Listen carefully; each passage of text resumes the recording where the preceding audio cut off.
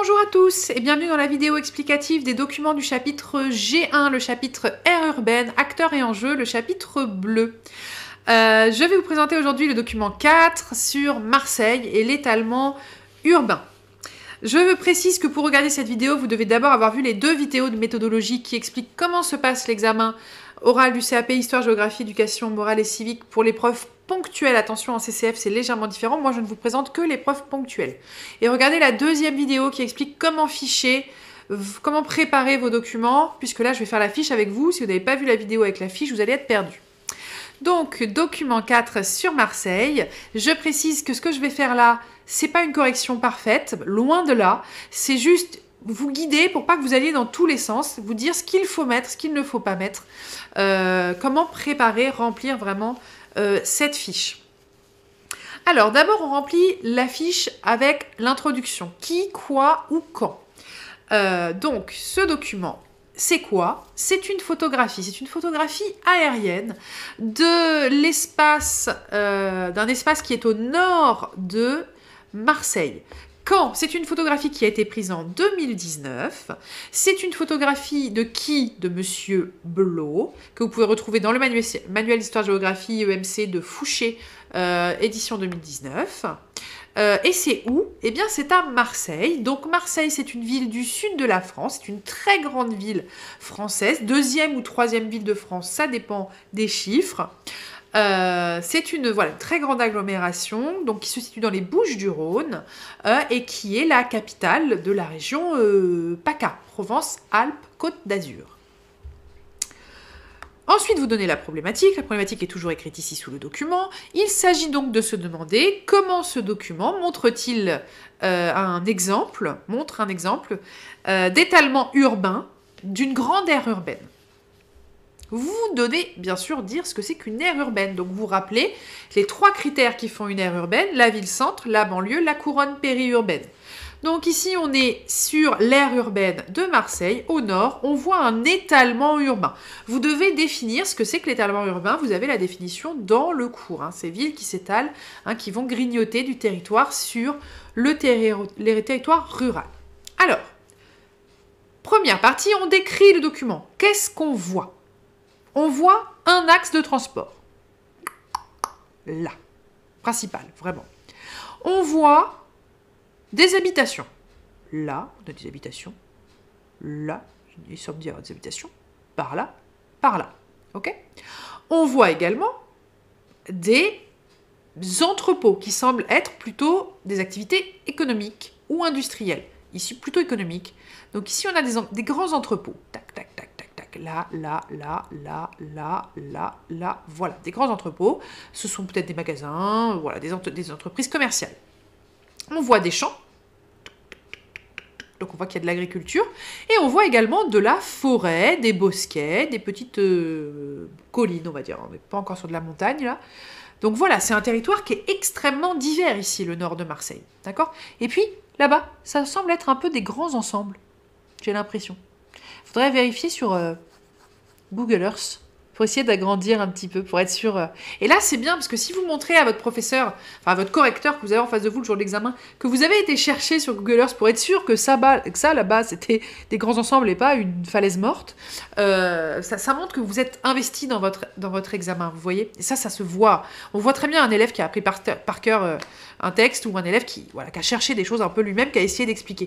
On préférera toujours que vous expliquiez, même maladroitement, des choses par vous-même, plutôt que d'apprendre par cœur un texte. C'est pour ça que j'ai préféré vous faire des vidéos plutôt que des textes. La vidéo, ça va être plus facile pour vous à réexpliquer, et puis même pour les élèves qui sont dyslexiques, etc., c'est quand même plus simple. Donc, voilà pour la description. Vous voyez, c'est pas très compliqué. Après, vous faites une analyse. Donc, pour l'analyse, n'hésitez vraiment pas à aller ici sur le document corrigé. Bon, ok, il est à l'envers. Je pense que si vous le téléchargez, vous pouvez le retourner. Voilà, il est à l'envers, mais il va vous expliquer justement, voilà, la description de la ville. Ici, on a ce qu'on appelle une ZAC. D'accord, une zone. Oula, là, voilà. Et là, vous avez la petite vidéo, justement, de qu'est-ce que c'est qu'une ZAC, comment ça fonctionne. Donc, regardez bien ces documents pour remplir qu'est-ce qu'une ZAC.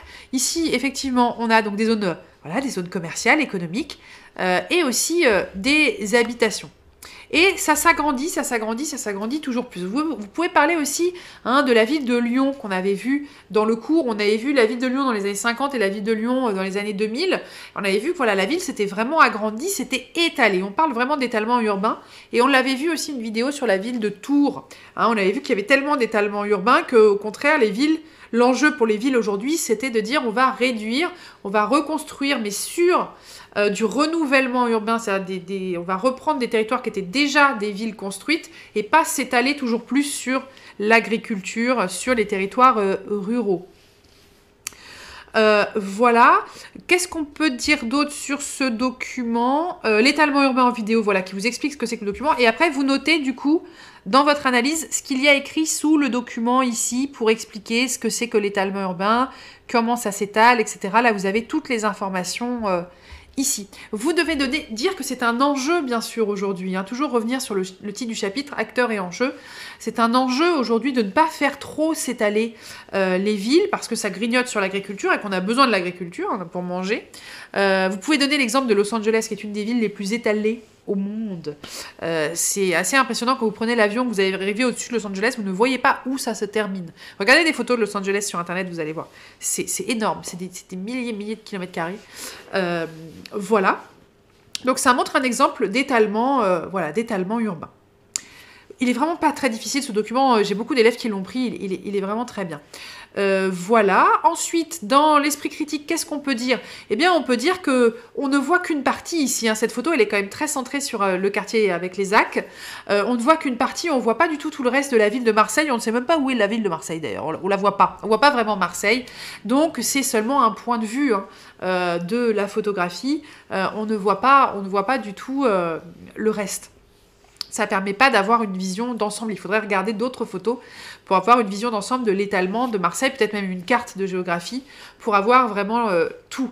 Vous dites ensuite en conclusion, nous avons donc vu que ce document montre l'étalement, un étalement urbain, un exemple d'étalement urbain par l'économie, par l'habitation, qui pose des questions d'enjeux, de ville, d'aménagement du territoire, de politique. Qu'est-ce qu'on veut? Est-ce qu'on veut continuer à étaler, développer l'activité économique, ou est-ce qu'on veut garder une activité économique mais faire plus de renouvellement urbain?